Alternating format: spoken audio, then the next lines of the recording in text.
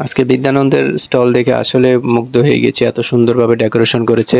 আর আজকের ব্লগটা হবে বইমেলার ব্লগ, কোনো বই টই কেনা হবে না, কিন্তু বিশেষ কিছু বই আছে যেগুলো আমার খুব পছন্দের তালিকায় যুক্ত হয়েছে, সেগুলো আপনাদের সাথে শেয়ার করব।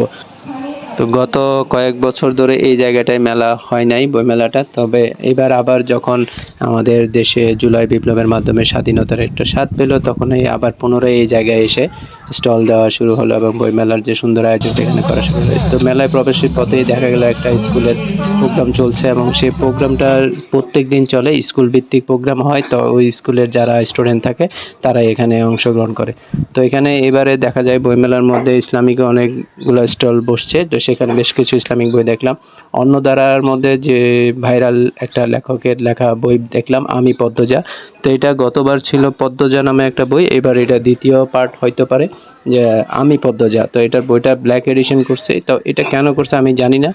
যারা শখের বসে বই বা শৌখিনতার জন্য কিনে তাদের জন্য এটা ঠিক আছে, কিন্তু যারা রেগুলার পড়ে তারা এটা কেন কিনবে আমি নিজেও জানি না এত দাম দিয়ে। আর এদিকে এর স্টলে দেখলাম যে সাদাত হোসেন, যিনি জনপ্রিয় লেখক বর্তমানে, ওনার সবগুলো বইয়ের কালেকশন একসাথে দেখা।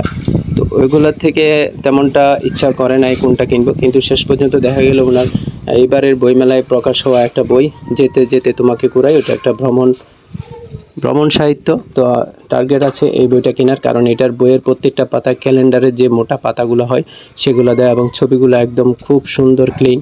তো এটা একটা কেনার ইচ্ছা আছে। এরপরে আরেকটা হচ্ছে এই যে ওয়েস্টার্ন বইগুলা, এই বইগুলো আমার খুব ভালো লাগছে এবং বইগুলোর সবগুলোর রেট একই রকম, অধিকাংশ বই 280 টাকা করে। তো আমার টার্গেট আছে এখান থেকেও একটা বই কিনবো, কারণ বইগুলোর কোয়ালিটি এবং ঘটনা বর্ণনা আমার কৌতূহল এবং রিভিউ দেখেও খুব ভালো লাগছে।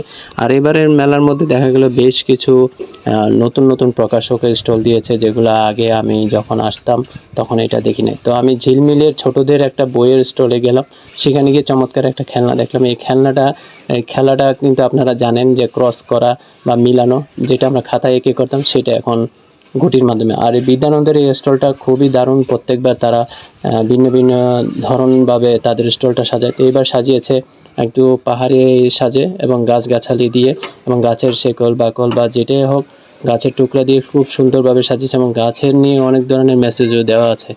তো পরবর্তীতে কোন বই কিনলাম সেটা নিয়ে আসবে ভিডিও। তো ততদিন পর্যন্ত ভালো থাকুন, আল্লাহ হাফেজ।